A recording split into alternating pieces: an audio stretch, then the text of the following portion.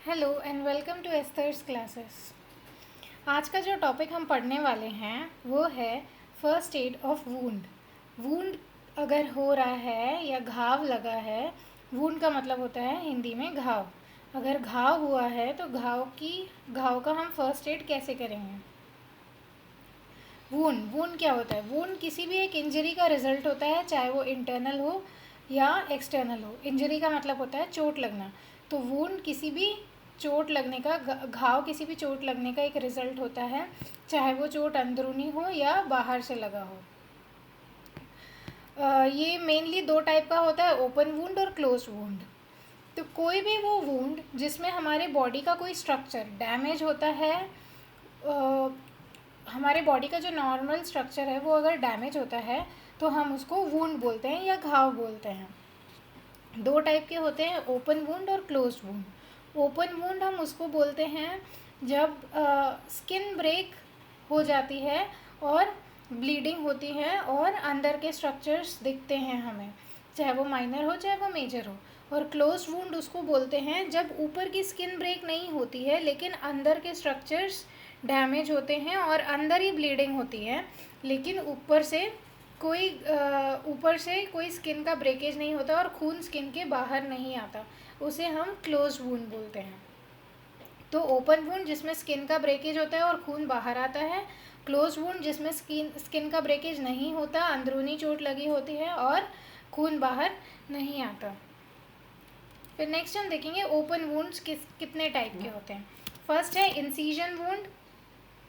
Incision wound उसको बोलते हैं जो एक लीनियर मतलब एक समान का कट लगाया जाता है, उसको हम इंसीजन वूंड बोलते हैं। ये बेसिकली इसको सर्जिकल वूंड भी बोलते हैं। मतलब जब हम किसी सर्जिकल प्रोसीजर से होकर गुजरते हैं तो जो कट लगाया जाता है सर्जिकल, एक फाइन नीडल या ब्लेड से, तो उसे हम सर्जिकल ब्लेड से, तो उसे हम इंसीजन वूंड बोलते हैं। वो एक समान होता है, उसमें दरारें नहीं होती। फिर नेक्स्ट है laceration wound. Laceration wound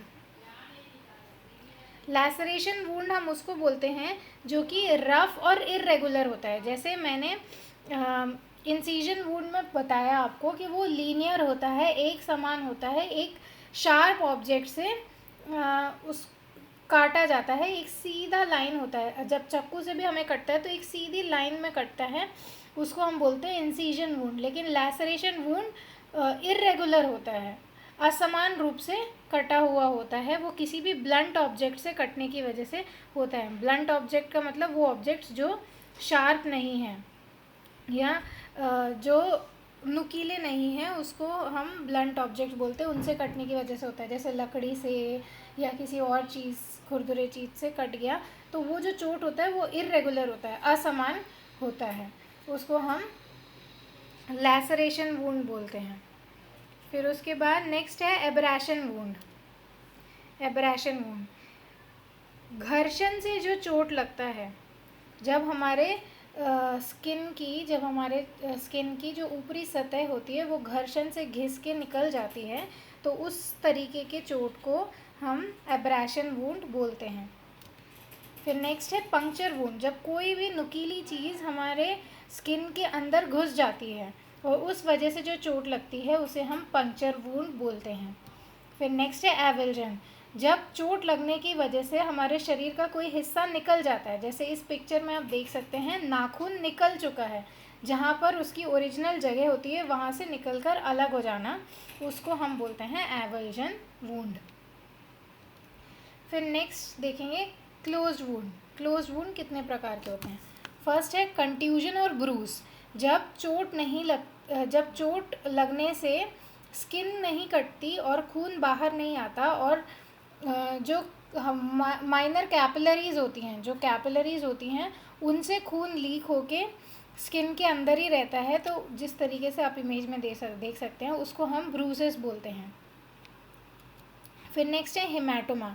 haematoma में बहुत सिवियर ब्लीडिंग होती है, पर वो अंदर होती है, स्किन नहीं कटा होता है। जब जो अभी जैसे हमने ब्रूज में देखा था कैपिलरीज डैमेज हो रही थी, और हम ये हेमाटोमा में देख रहे हैं कि जो ब्लड वेसल्स हैं वो डैमेज होती है, रप्चर होती है और खून बाहर आ जाता है, लेकिन स्किन से बाहर नहीं आ पाता और अंदर ही जम जाता है, तो उसको हेमाटोमा बोलते हैं।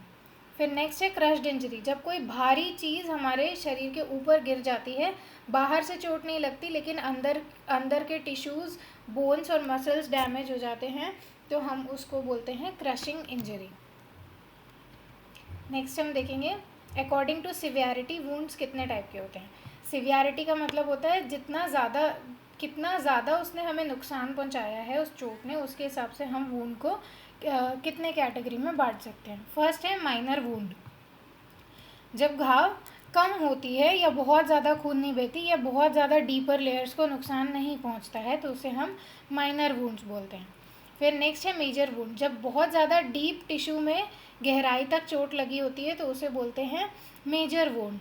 और फिर पेनिट्रेटिंग वुंड, जो एकदम अंदर तक भेद कर घुस जाता है कोई चीज़, चाहे वो लकड़ी हो, चाहे चाकू हो, या गन शॉट वुंड हो, गोली लगी हो, जब वो अंदर के टिश्यूज़ तक भेद कर अंदर घुस जाता है, उसको हम बोलते हैं पेनिट्रेटिंग वुंड। फिर देखेंगे फर्स्ट एड। अगर माइनर वुंड है, कट्स है, स्क्रैप्स हैं, तो हम क्या क्या फर्स्ट एड करेंगे। उस जहाँ पर चोट लगी है उस एरिया को सोप और वाटर से तुरंत क्लीन करना है, अच्छी तरीके से धोना है, एंटीसेप्टिक सॉल्यूशन लगाना है और किसी स्टेराइल ड्रेसिंग से, साफ़ सुथरे क्लोथ से या ड्रेसिंग से उसको कवर करके रखना है। उस चोट के एरिया को रोज़ ड्रेसिंग चेंज करना है, पुरानी ड्रेसिंग निकाल के उस जगह को अच्छे से सोप और वाटर से धोना है, फिर दोबारा नई क्लीन ड्रेसिंग लगाना है जब तक कि चोट ठीक नहीं हो जाता। फिर जब धो रहे होते हैं या वॉश कर रहे होते हैं चोट को, तो उसको रब नहीं करना है ऊपर से, बहुत ही हल्के हाथों से उसको धोना है। बार बार वुंड को टच नहीं करना है, क्योंकि हमारे हाथों में जो कीटाणु होते हैं वो उस वुंड को इन्फेक्ट कर सकते हैं। फिर नेक्स्ट है first aid for penetrated and puncture wound. First aid for penetrated and puncture wound. अगर पेनिट्रेशन वुंड है या पंक्चर वुंड है, तो हम क्या फर्स्ट एड कर सकते हैं। जो अगर पंक्चर हुआ है और बहुत ज़्यादा अंदर तक नहीं घुसा है, तो उस ऑब्जेक्ट को हमें बहुत ही ध्यान से बाहर निकालना है। पर अगर बहुत अंदर तक कोई भी चीज़ भेद कर चली गई है, जैसे चाकू है या लकड़ी का टुकड़ा है या गन की बुलेट है, तो उसको हमें नहीं निकालना है, क्योंकि अगर हम उसको निकालेंगे तो जितने आसपास के टिश्यू है हमारे निकालने के फोर्स की वजह से वो भी डैमेज हो जाएंगे, तो उसको वहीं पर लगे रहने देना है, उसको बिल्कुल भी छेड़ना नहीं है। उसके आसपास के एरिया को साफ़ पानी से और सोप से क्लीन करना है और उसके आसपास के एरिया में क्लीन ड्रेसिंग लगानी है या क्लीन क्लोथ से उसको कवर करना है। अगर ब्लीडिंग हो रही है तो प्रेशर अप्लाई करके रखना है, लेकिन उस जगह पर प्रेशर अप्लाई नहीं करना है जहाँ पर कोई भी नुकीली चीज़ घुसी हुई है। और अगर हमें इन्फेक्शन के साइंस दिखते हैं, इन्फेक्शंस के साइंस जैसे कि अगर वो एरिया रेड है, वहाँ स्वेलिंग है, या बहुत ज़्यादा उस एरिया के चारों तरफ गर्म हो रहा है, तो ये जो साइंस होते हैं रेडनेस, वार्मथ और स्वेलिंग, ये इन्फेक्शन के साइंस होते हैं। अगर ये इन्फेक्शन के साइंस दिख रहे हैं तो हमें वुंड को थोड़ा उठा कर रखना है, उससे स्वेलिंग कम होगी और ब्लीडिंग भी रुकेगी। फिर उसके बाद अगर ये इन्फेक्शंस के साइन दिख रहे हैं तो तुरंत हमें मेडिकल हेल्प लेना है, उसको हॉस्पिटल पहुंचाना है या मेडिकल फैसिलिटी को हम घर बुला सकते हैं। फिर नेक्स्ट है first aid for major wounds. अगर कोई बहुत गहरी चोट लगी है तो क्या करना है, सबसे पहले ब्लीडिंग रोकना है। तो अगर कोई हमें किसी भी साफ़ क्लोथ से वुंड के ऊपर प्रेशर अप्लाई करना है, साफ़ क्लोथ या ड्रेसिंग से हम उसको वुंड को ढकेंगे और प्रेशर अप्लाई करेंगे।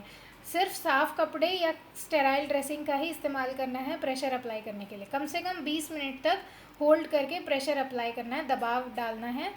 अगर कोई फॉरेन ऑब्जेक्ट है वुंड के अंदर तो हमें अपने हाथों को डाल के नहीं निकालना है, उसको नहीं निकालना है, सिर्फ उतने जगह को छोड़ के बाकी चारों तरफ अच्छे से प्रेशर अप्लाई करना है। अगर कोई जहाँ पर चोट लगी है, घाव लगा है, वहाँ पर अगर हमें लगता है मेजर वुंड के कारण कोई हड्डी टूटी है या डिसलोकेट हो गया है, तो हमें उस जगह को बिल्कुल भी हिलाना डुलाना नहीं है, सीधे मेडिकल हेल्प लेना है। So this was all about first aid of wounds.